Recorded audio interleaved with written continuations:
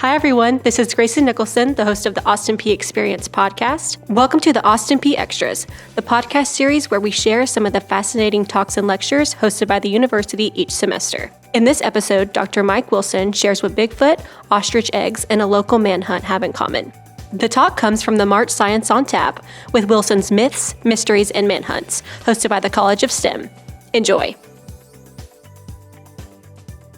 All right, well, welcome. My name is Karen Meisch. I'm the Dean of the College of STEM. Thank you so much for coming tonight. We're very excited that you're here. During spring break, of course, Dr. Wilson has been gracious enough to agree to give up some of his valuable time on spring break to come over here. So I appreciate everybody coming out to support the College of STEM and to learn more about myths, mysteries, and manhunts. It's going to be a very exciting talk. Dr. Mike Wilson is the director of the GIS Center here on campus, and it's one of, I think, our best kept secrets here at Austin Peay. A lot of people don't understand necessarily what GIS does, or even that we have a center that does a lot of really cool things and a lot of really great collaborations. So I think you'll find tonight's talk a lot of fun. Again, the purpose of Science on Tap is to try and have an opportunity to communicate what we find the fun part of science with the community. So I'm really glad that you guys are here. I hope that you'll join us next month. Our speaker is John Nicholson with a computer science and information technology department. Dr. Nicholson, sorry, right over there. And his talk on April 4th will be Generative AI, When Machines Dream of Electric Sheep. And if you haven't heard of ChatGPT, he will be talking quite a bit about ChatGPT, and his title was actually generated by ChatGPT. So it'll be a really neat talk on artificial intelligence, and I think really important about what's going on right now in our world with AI. So again, that'll be on April 4th. If this is your first time or if you're joining us again or repeat customer, we'd just love to remind you to please fill out your comment cards. That's our way, of course, of getting ideas for our next speakers and trying to make sure that we're giving you, of course, the content that you desire. But also, it's a great way to make sure that your name is in the drawing for a prize. So one of the books and one of the really cool things that Mike will be talking about is in our prize tonight, a book called Longitude, as well as a golden compass. And so it's not real gold, don't get too excited. But that will be for tonight. So without any further ado, Dr. Mike Wilson.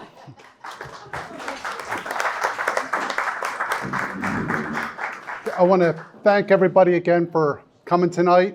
If you have any questions throughout my talk, feel free just to raise your hand and I'll try to answer as I'm talking. We'll see how that goes. Again, my name's Mike Wilson. I direct the GIS Center on campus. GIS Center, for those of you that don't know, has been in existence since 1998-99, and I've been the director since 2005. So what I'm going to talk today is myths, mysteries, and manhunts, and talk about various aspects of mapping and what GIS is. I'm going to start off with the idea of a brief history of maps, or where the heck am I? Maps, it's important to note, mankind wants to know where they're at. They want to quantify their environment. And maps are a great way to do that. And so I'm going to show you basically a roadmap of maps and adventure throughout history, ending with GIS and modern mapping. I'm going to start with the Imago Mundi, which my pronunciations are never going to be good, so I'll throw that out there. This is the oldest known map in existence. It's a Babylonian map that's approximately from the 8th century before the current era. Now what's interesting about this is this map, it's cuneiform with Babylon in the center, centered on the Euphrates River. What's also cool is if you flip it over on the back side, it actually has the constellations. And scientists have been able to map the constellations on this map to our modern constellations. And it actually tracks. That's pretty interesting. Now, most of these early maps I'm going to show you are more, I guess, towards, particularly this one, religious aspects, as opposed to being accurate for the face of the earth. I'm going to show, here's one of the other early maps from Greek philosopher, again, from before the current era. What's interesting about this is this philosopher created the idea of longitude and the idea of using longitude, basically lines that go north to south on the earth, to mark your location. Also with this, it sort of shows the idea that the earth is round. It's important to note this because this was lost in the Middle Ages, where the earth was considered flat. And that's more of a biblical outlook for the earth. Again, flat as opposed to a globe. This other cool map I have is Ptolemy's Mediterranean map. And if you look at it, it's a map of Spain all the way over to India. Now what's cool about this is the first map that was actually drawn with a projection. And so if you look at it, the relative size of the items on the map are sort of relative. You'll notice the curved way it's drawn. And so again, the representation, he's showing a projection where trying to get more accurate with these maps. And again, this was something that was lost through particularly medieval Europe. Now, what's also interesting, particularly about this philosopher, is his book, which translates the word geography, is still in existence today. And his translations have come forward through time. So again, we have maps and information coming through from approximately 1,700 years ago. Now, I promised to bring a couple maps that had mythical creatures on it. I'm going to jump out here and see if I can show a zoomed in copy of this map. There's the idea, here be dragons, which is traditionally, people have probably heard of it, it's on maps. Turns out in history, there's really only two good examples of that being on a historic map. One of them's this map from, I think, the 13th century. You'll notice at the bottom, there's some dragons. Now this goes to the idea that the earth was flat. This is what's called a Psalter map. It's a map that was actually in a book of Psalms. So it's very biblically based. You'll see there's mythical animals around it. The idea of here be dragons, again, is not very common on historic maps, but usually maps did have fictional creatures or creatures you wouldn't normally see, such as here be lions or here be elephants would be something you would see in a European map. But again, this one's pretty cool because of the dragons. And I'm going to switch out and show this other one. And again, I promised to show some maps with dragons. This one, you can't see the dragons on it. It's from the 1600s. But what's interesting is it's a globe from the 1600s that's made out of ostrich eggs. And somehow, again, this survived through time. So this is from the 1600s, and it's two halves of an ostrich egg glued together. And somehow, again, this has survived all those years and was sold to Sotheby's. Now, if I remember correctly, the New World is represented as two small islands on the other side of the globe. So the New World, North and South America, again, are two small islands. Let me go back up here.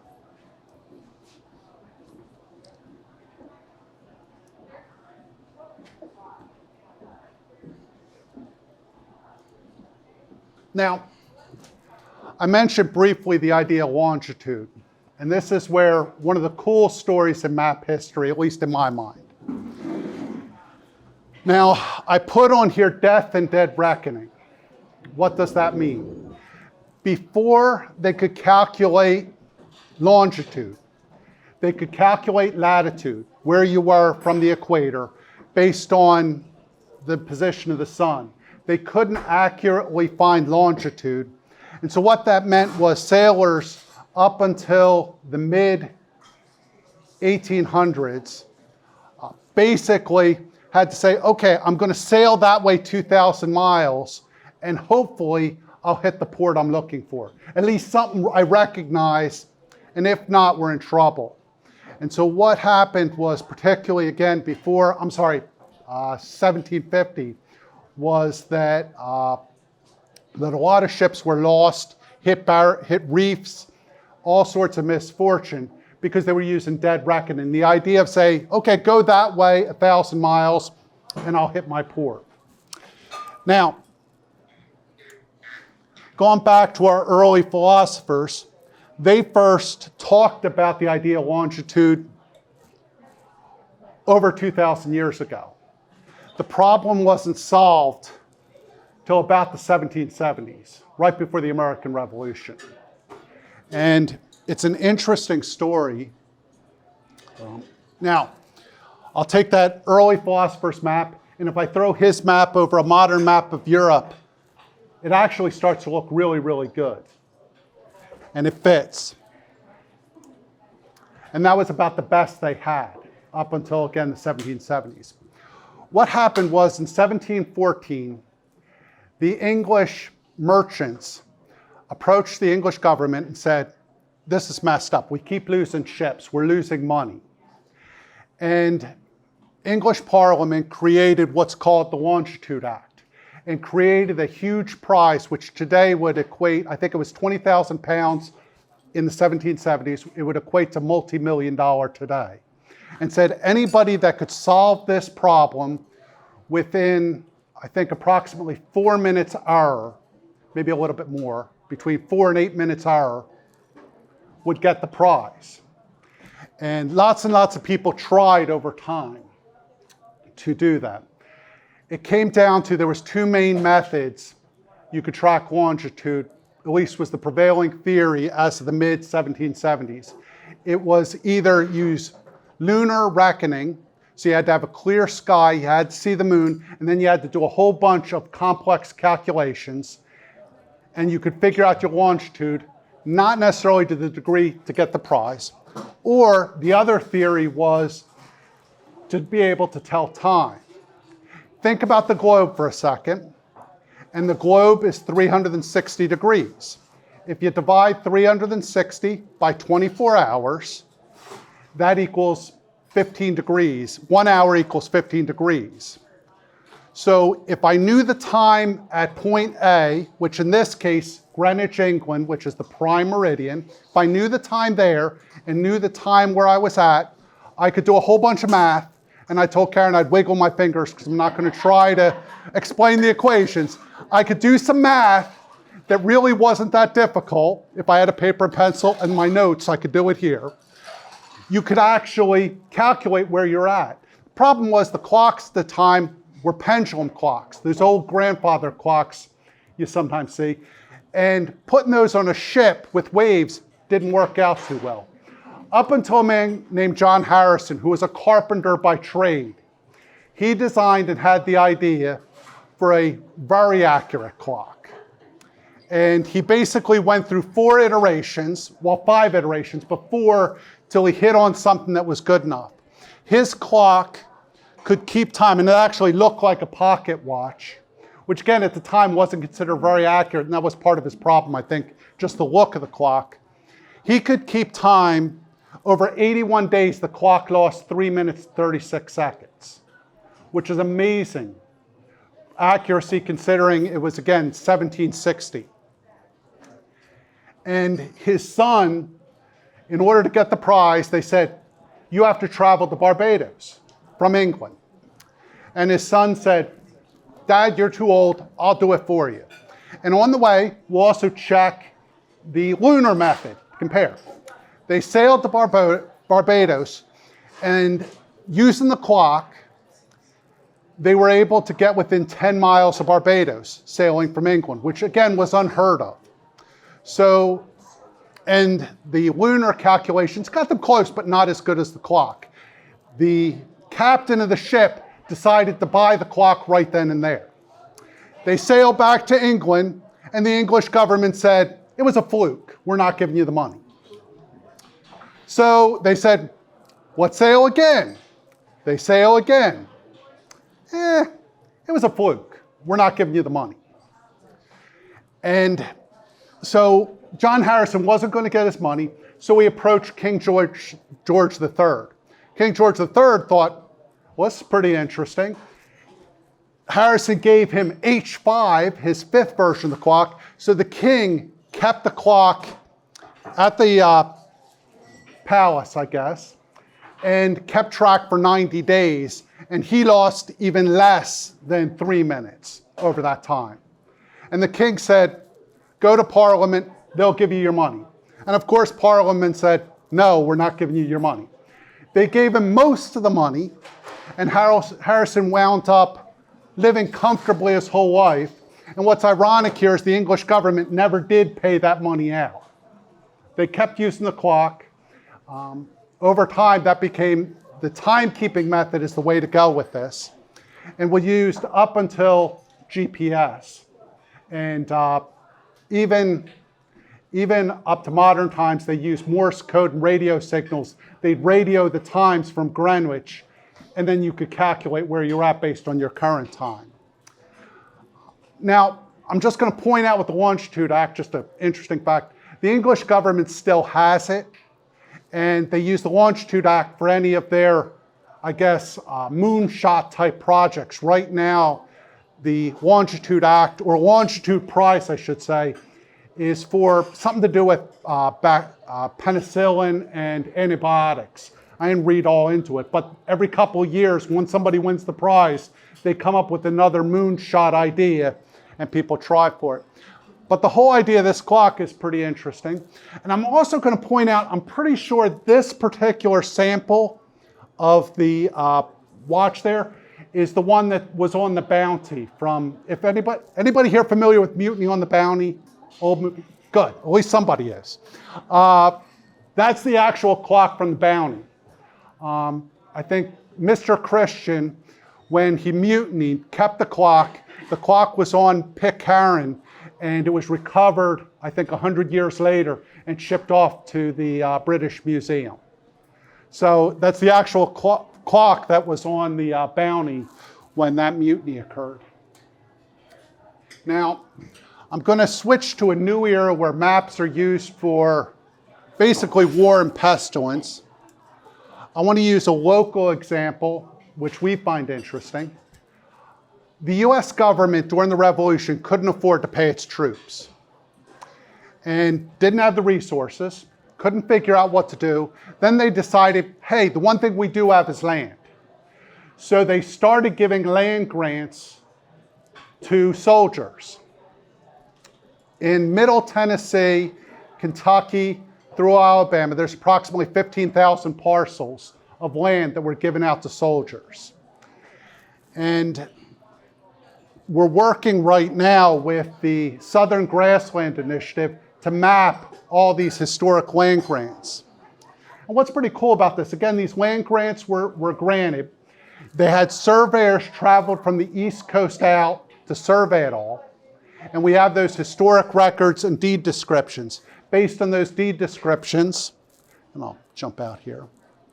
As I mentioned, we're working with the Southern Grasslands Initiative and mapping all those parcels. If you see these points on the map, I'm going to try zooming in. Each of these points, now of course I zoomed in too far. Each of these points on the map represents a corner of a piece of land. And if I can actually click on this, there we go. What we're capturing is what the corner was composed of. And why is this interesting?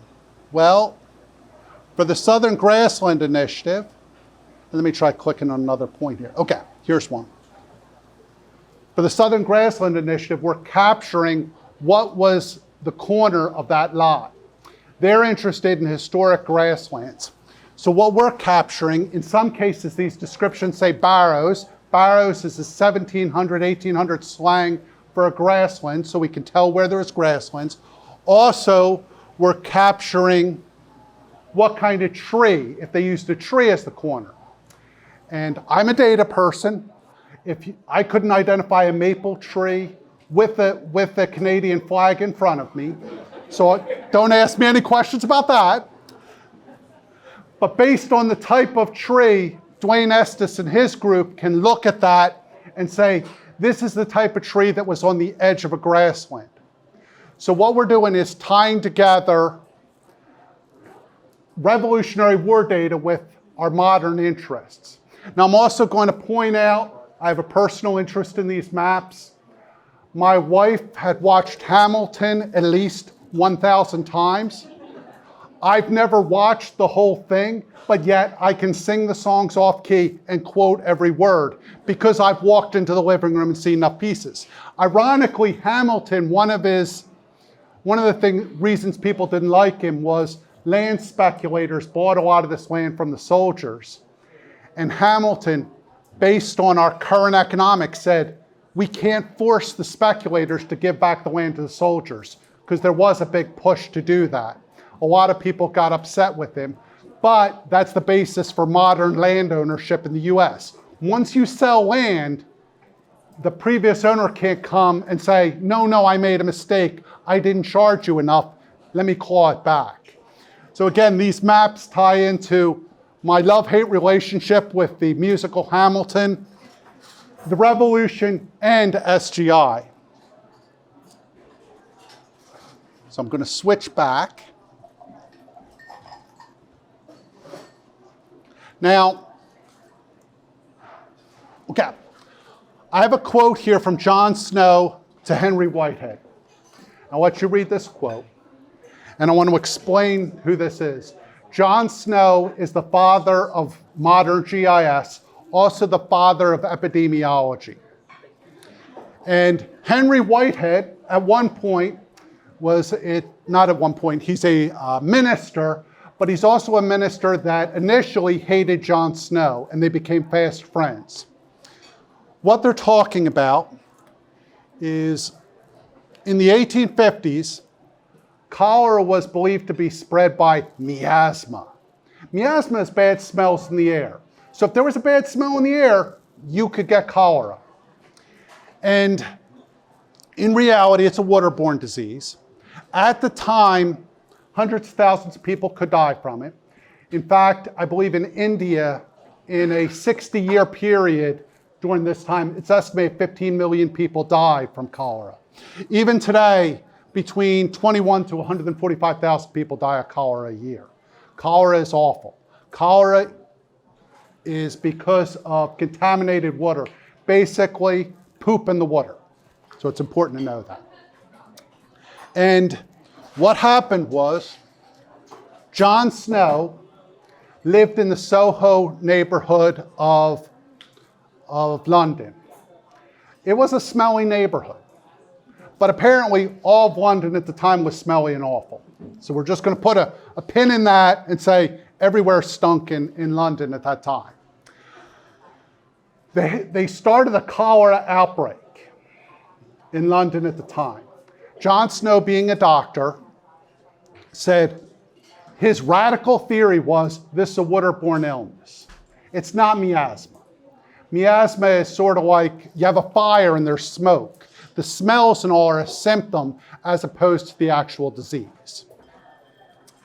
And what he did was, since they had this outbreak in his neighborhood, he handled this like a modern data scientist. And first thing he did was he started interviewing people that were sick. And if you look really closely at the map, and let me switch over to a digital copy.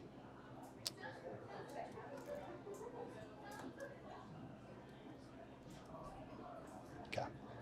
And I'm going to try to zoom in here.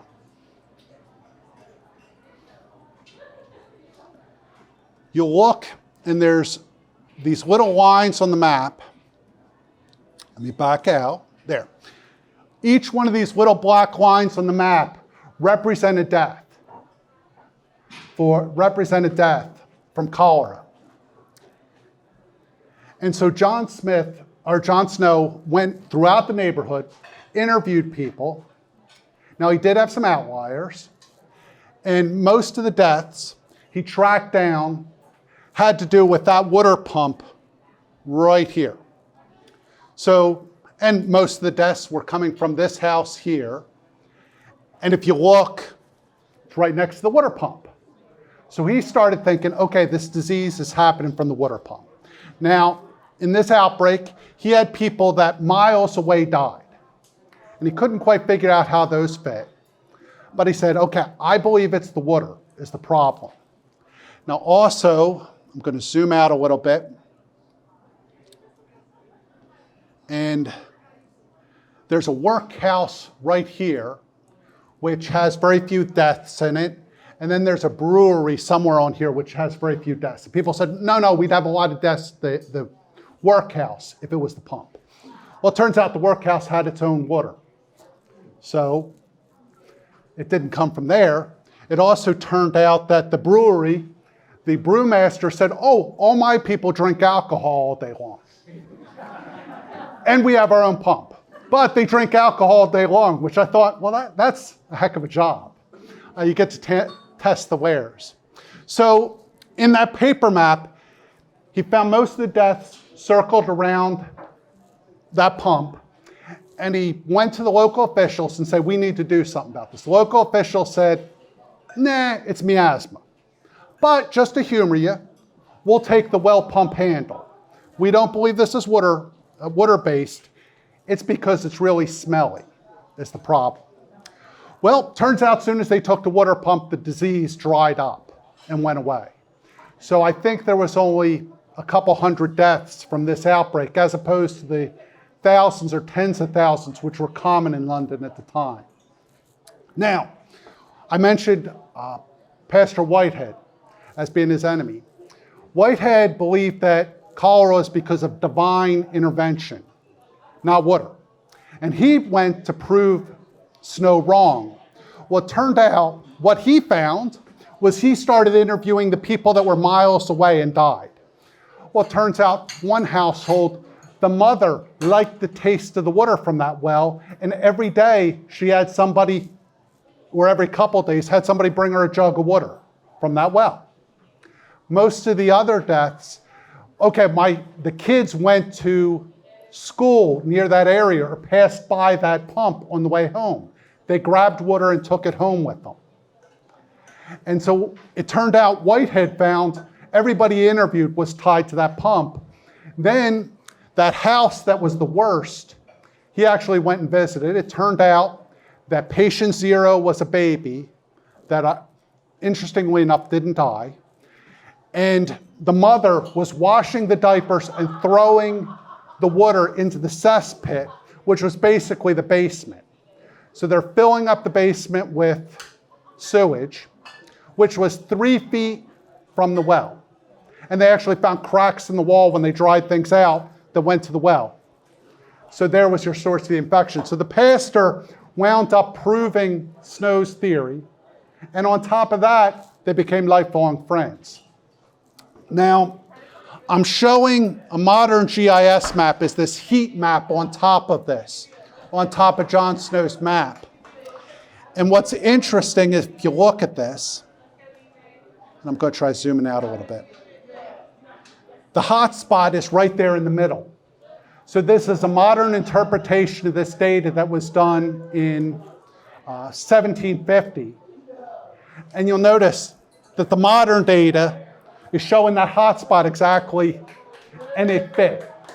So again, John Snow's map is considered the first modern use of data and maps to prove a point. And again, this one's, if you have a chance to read the story, it's really interesting.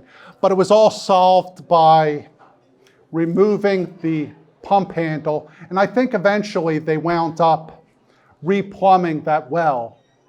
And I think the pump is still there today with a memorial on it, and there's a bar right across the way with Snow's name on it because, again, let's have a bar, and water with alcohol in it is much better for you than just plain water in London. So let's switch back. But if you have a chance to ever read about Jon Snow, it's really a fascinating story.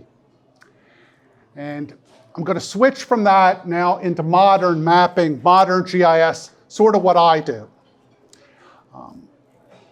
And I want to start with the idea of what data costs. In 1980, a gigabyte of space cost $700,000. Cloud-wise, right now, and the price hasn't changed in 2023, it costs about 2 cents per gigabyte. What does that mean? That means companies no longer have to delete anything. Everything is saved. We are capturing data left and right. Tools are needed to analyze that data. Just to give you a sense of perspective, 2 cents is me filling up the back of a pickup truck with paper. That's how much information that is. You look at these prices through here, 10 terabytes is enough for me to store everything I look at for a year, including health monitors, mouse clicks, and all that, and I can store that for $300. So it's important as we talk about these next topics to understand the cost of storage is so cheap that everything now is being stored. And this again is why GIS and mapping is so important. Now, I could give you a definition of GIS, and I'm not going to bore you with something that's really long and scientific-y. We're going to go with the idea location, location, location. And the second idea that scientists estimate 80% of all information in the world has a location component to it.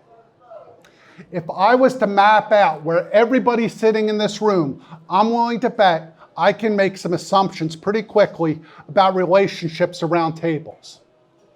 Because nobody here is sitting random. At least probably not. Most people are not. But again, I can make some assumptions just by taking the data in this room and plotting it out and taking a look at it. Now, really what GIS is the idea of pictures worth 1,000 words. It's taking large amounts of data and putting it something so somebody can make a decision just by glancing at a picture. So that's mostly what I do. Good example, I have 3,500 records of sightings of BigFoot. You look, this is all tabular data. It's a spreadsheet. What assumptions can I make from this data? Well, it's really hard to tell. I'm not sure. I'll be honest, I have no sense of direction. I can't look at a coordinate and say, oh, that's where that is in the Earth's surface. I can't do any of that. That's why I got into maps, because I get lost constantly. So, but if I take that data and start plotting it on the map, I can start seeing all sorts of things. And I'll switch over to my digital again.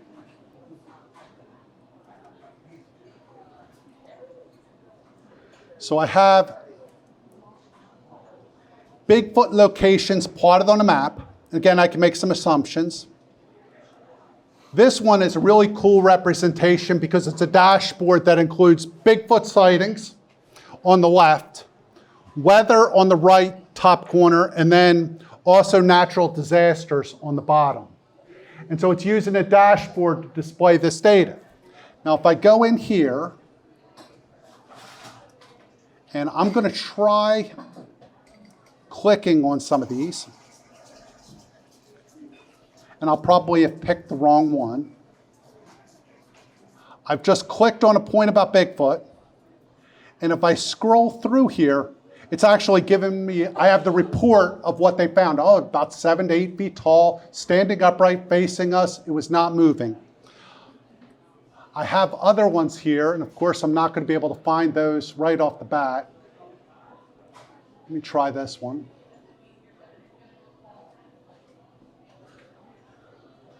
Some of these actually have pictures attached and also audio recordings, so I could tell you what Bigfoot sounded like. And of course, since I'm here, I'm not going to be able to find them right off the bat. But afterwards, if you want to see, we can start looking at pictures of Bigfoot and all that. But it's the idea that spreadsheet didn't tell me much. But if I look at the data, I can see a picture and the importance of that. So that, long and the short, is what GIS is. Now, just other cool ways we can display this data. Let's look at Dracula real quick. And this is what's called a story map somebody's created. And if I start scrolling through here, I can actually, with the data, start telling a story of Dracula, the historic figure, Vlad the Impaler. And the map's not showing up, so bear with me. Okay, the map's not going to show up right this second, but I can sit here and show a map, location, the history, and all that, pull it together so I can tell a story and show something really in detail. So again, it's sort of dry talking about Dracula, but if I can show those pictures, show that story, I can draw people in and explain things. And again, I apologize about my internet here. So let's switch over.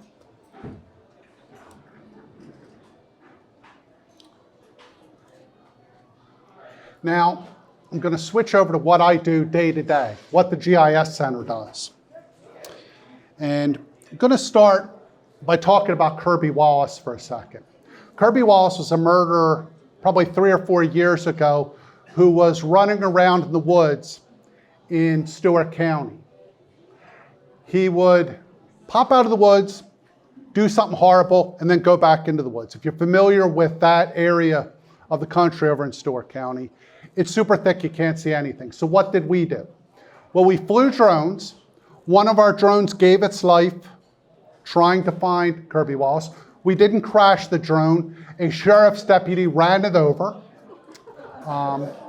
Karen helped us take care of that, but a sheriff's deputy ran over the drone on the ground.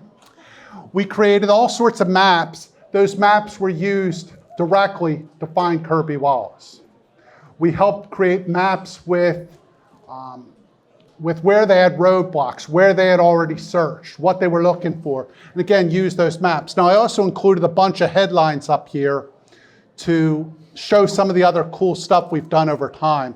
And a lot of this stuff is more historic. And I want to go over and I want to show something modern. Now, I'm hoping my internet's good enough for this. Yes, okay, good. Last year in August, there was major flash flooding in the city of Waverly in Humphreys County. The day of the flood, the GIS Center went down there with the invite from EMA, and we flew search and rescue with our drones. After search and rescue was accomplished, we then set them up and worked with them to do the damage assessments. So what did that mean? We set up maps and mobile applications so the first responders could go out, quickly and easily collect damage assessment information. That information was then given to the state and FEMA to get the citizens the help they needed as quickly as possible. Now, most people, or a lot of people, don't know the scale of the disaster in Waverly. 1 week after the flood in Waverly, there was a hurricane, and all the news media switched to that. What's horrible about Waverly, 21 people lost their lives. But also, if you look at the top here, destroyed and major. In a flood event, anything with major damage needs to be torn down. So what we have is approximately 570 residents that needed to be torn down. That represents approximately 30% of all the residential structures in the city of Waverly. So 30% of those structures needed to be torn down. Were they torn down? Probably not. Why not? because most of the people that were affected were the poorest citizens. Also, if they're like me, they have a mortgage, which means unless somebody's paying off my mortgage, I'm stuck at that property. What I suspect will happen in Waverly is over the coming years, we'll see outbreaks of breathing disorders, mainly from mold and flood-related bacteria. And a lot of that has to do with the poorest citizens were affected. They were in the floodway.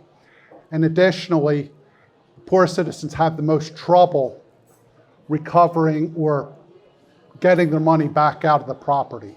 Now, FEMA does give aid, but it's never enough. So it's something to keep in mind of flood disasters. Flood disasters, most people that die during a flood are in their cars. They try to drive across water. The real damage from most flooding is after the fact with disease, mold, and all that good stuff. But I just wanted to point this out about Waverly and what they went through down there.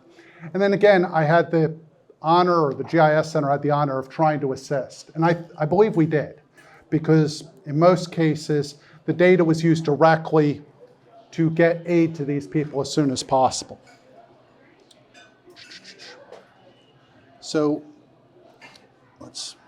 I'm just going to stay with my web map here. I have a more pleasant project we worked on, and I'm going to switch over to Mount Olive Cemetery. For those of you that are not familiar, Mount Olive is a cemetery in the south of Montgomery County. It's a predominantly African-American cemetery, active from, I believe, 1817 to the 1950s. There are a number of African-American veterans buried there, including Civil War soldiers all the way through, I think, to World War I. The cemetery was overgrown, was basically trashed, and the Historical Society, Preservation Society, did an incredible job cleaning the place up. And we had the honor of working with them. One of our students went out and collected all the graves for the veterans. And I'm going to, hopefully this will show up. So we created a story map that they're sharing with the public that on the left has all the information about Mount Olive. So there's 30 known colored troops, and I think there's actually more now. They've discovered a couple more in the records. And what we've done is created a bunch of interactive maps that can be shared with school children to share about the place. But then we've also mapped out where all these soldiers are. And if we click on their grave marker, it then brings up the biography of the soldiers. And again, the idea here is to share and educate the public about Mount Olive. I believe it's now on the historic registry. And if there's anybody from Mount Olive here, I apologize that I didn't look that up ahead of time. But we've gone through, and one of our students went through and mapped all this, put the data together, and our students even today are still updating it. We just got notification they identified another soldier that was buried there. Approximately, I think 1,500 people are buried in the cemetery. It was a slave cemetery. Many of the graves are unmarked.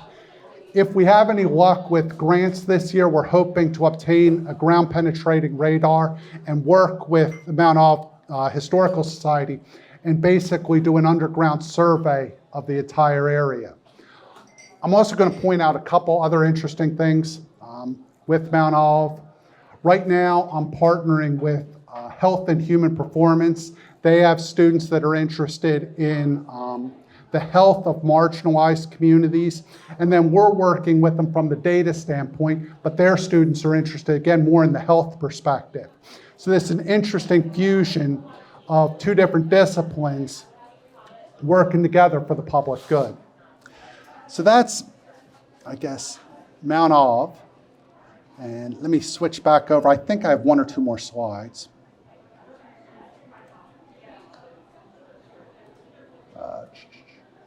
Okay. Well, I forgot to add that last slide. I put a cartoon, didn't type the rest. I had phone calls today, I apologize. What that slide was going to say, I'll go back to it. I'm a little embarrassed that I didn't have time to put it on there, but I thought the cartoon was funny. It took me a while to find that. What I wanted to point out was what the GIS Center does, as I mentioned, is we're taking data and information with our partners and plotting that information, making that picture. All of you, probably most of you live here in Montgomery County. If you live in Montgomery County and you dial 911, the data that gets 911 to your call as soon as possible is all managed by the GIS Center. If you live in Cheatham County, same thing.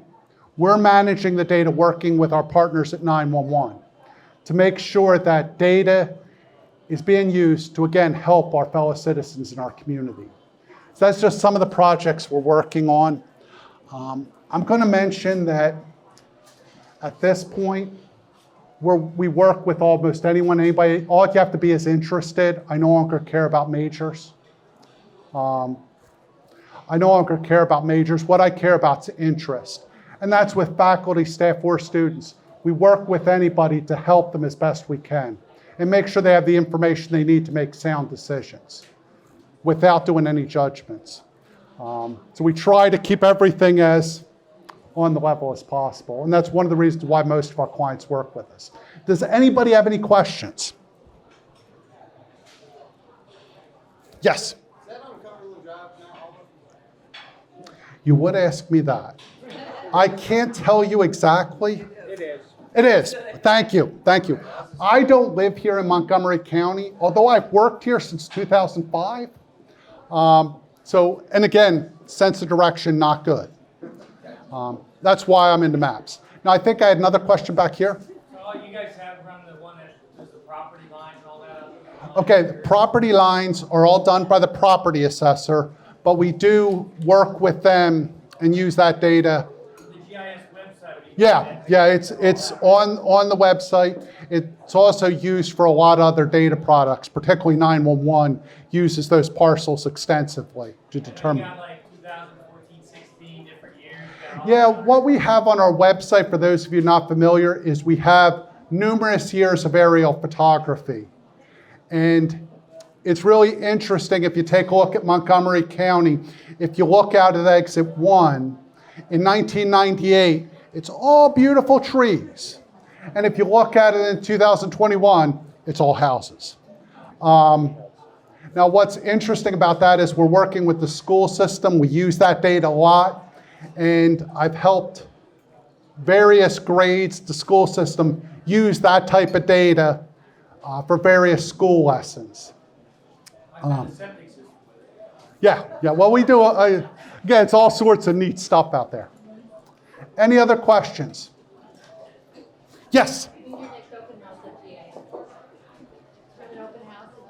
Yes, we have 2 open houses a year now.